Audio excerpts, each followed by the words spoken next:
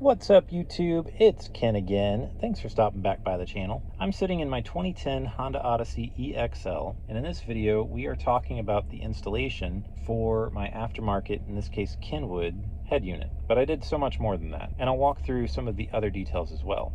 One important thing to note is that in this vehicle I have a rear entertainment system, which you can see here with the DVD option. And I wanted to retain that feature. So in my case, this van was not equipped with the navigation package. It was equipped with everything short of that, and obviously it's not the touring edition either. And so what that means is that my stock radio looked like this.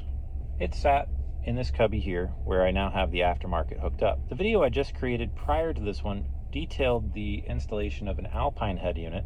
Now, if you're in my shoes and you want to retain your rear entertainment system set up just like I do, it requires purchasing a single DIN version of the radio. These came in Odysseys that were equipped with navigation. And in addition, you have to be careful with what model number you go with. I'm kind of thinking that I'll just put it down in the description simply because there's at least 4 models. But suffice it to say, if you have an EXL, you need a specific kind as opposed to a touring.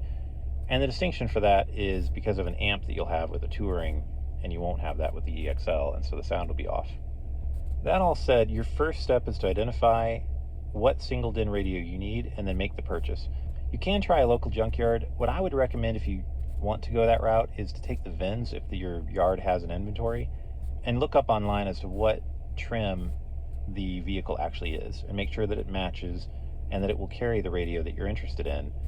Mine actually, the LKQ yard next to me actually has pictures of the vehicles too, so you can see if they had the navigation unit in it in addition to that.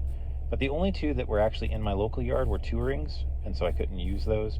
So I went with eBay for this one, and that's a whole saga. It's hit or miss, but there are plentiful units of these available, so you should be able to find one that works.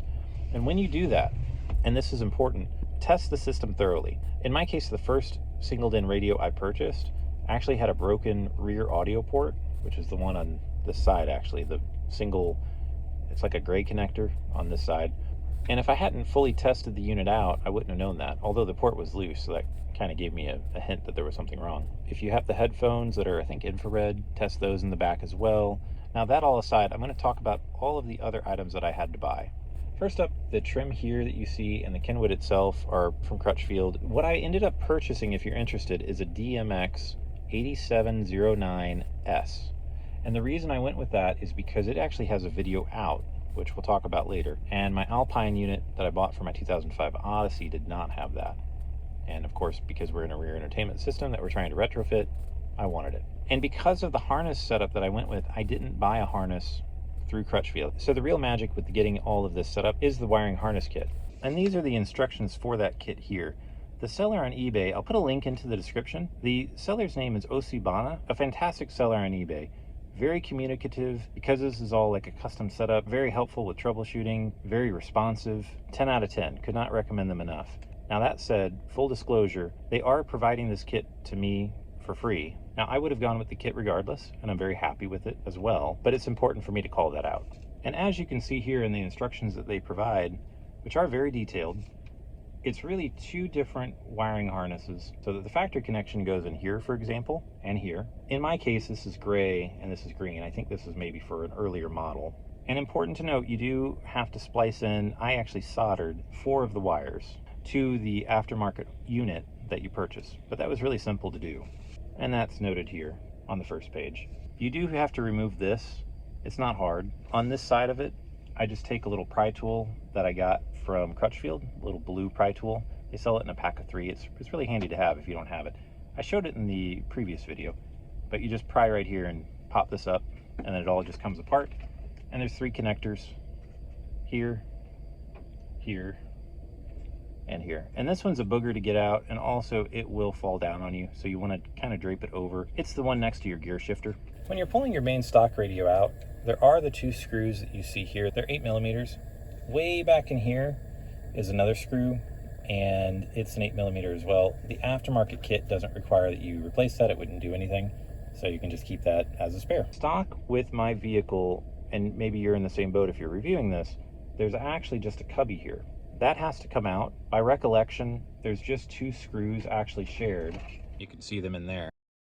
You basically just pull those out, take the cubby out, and then you can slide this in. But back to this whole apparatus. Once you have the cubby out, you also need to take out the cup holder. And this is where things get a little interesting. Technically, there's a screw here, and mine's broken. I think someone was here before me because I'm pretty sure I didn't pull on it hard enough to break it, but maybe I'm wrong. And there are two screws, one here and one here, that hold it in place. They're just Phillips screws. Now, all I had to do was undo those, and it came right out for me because this was already broken. I'm gonna be honest, I don't know how you get in there to get this out.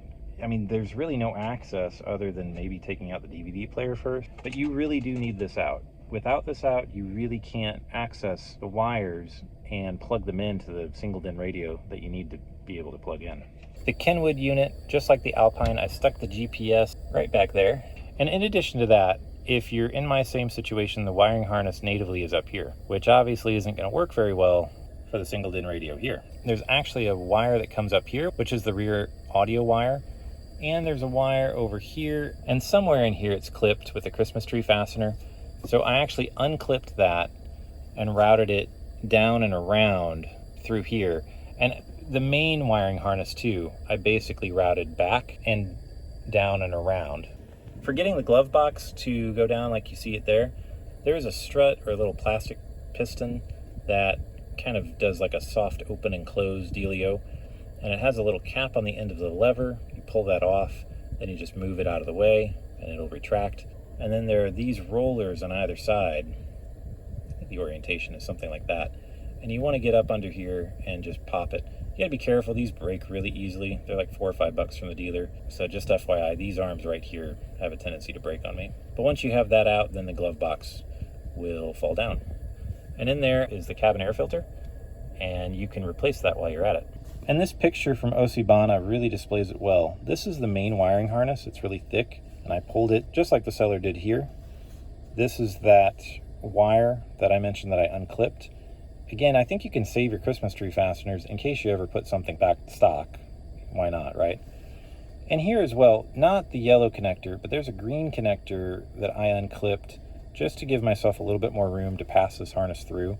You want to take your time with this because you want to make sure that you're routing this harness through this channel in a way that isn't going to kink it too much and is going to be a natural flow for it. And basically down through here, you'll notice in here, especially with this out, that you have a lot of room to feed it back behind a channel that exists back here. One other thing that's really important though, where the wires are further down from the main harness, they're in this kind of tubing or soft padding, and you basically want to take that apart and bring it back, I would say probably 4 to 6 inches, especially for the wires that are further connected over on the left side here.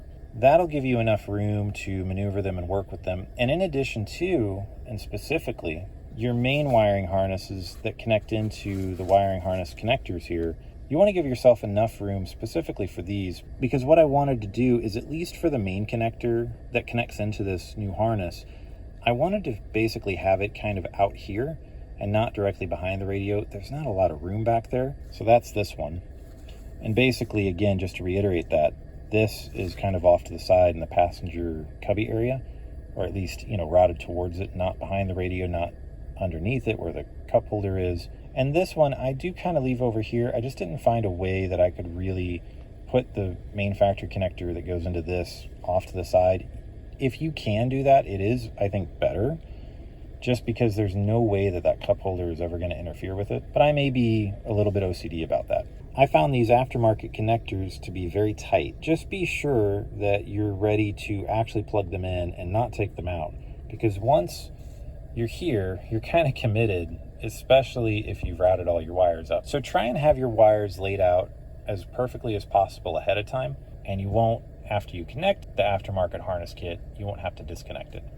For the rear audio wire, I actually undid the Christmas tree clip that was up here at the top, and it actually routes from where the cubby itself is, just up here and along this way. And I just unclipped all of those Christmas tree fasteners, and you can see it just kind of hangs out right here. Another really important note, this is from my original factory radio, but what you'll want to do is grab that serial number off of your new used single DIN radio, and I'll put a link into the description down below where you can go to get your radio code. Otherwise, you can't use the radio. When you're doing this, I had the radio in about to maybe here, like halfway while I was connecting everything, from underneath through where the cup holder is. And then as you can see, I just pushed it in and got those 2 bolts screwed back. And I pulled the RCA connections and the other wires back up through the same way into this cubby here to splice it into the Kenwood aftermarket unit. This is the video out, and down here is the white, and then the red next to it, audio out. And while I'm here, this is an RCA that I spliced in from the backup cam that is native to the car. How I did that was fun to figure out.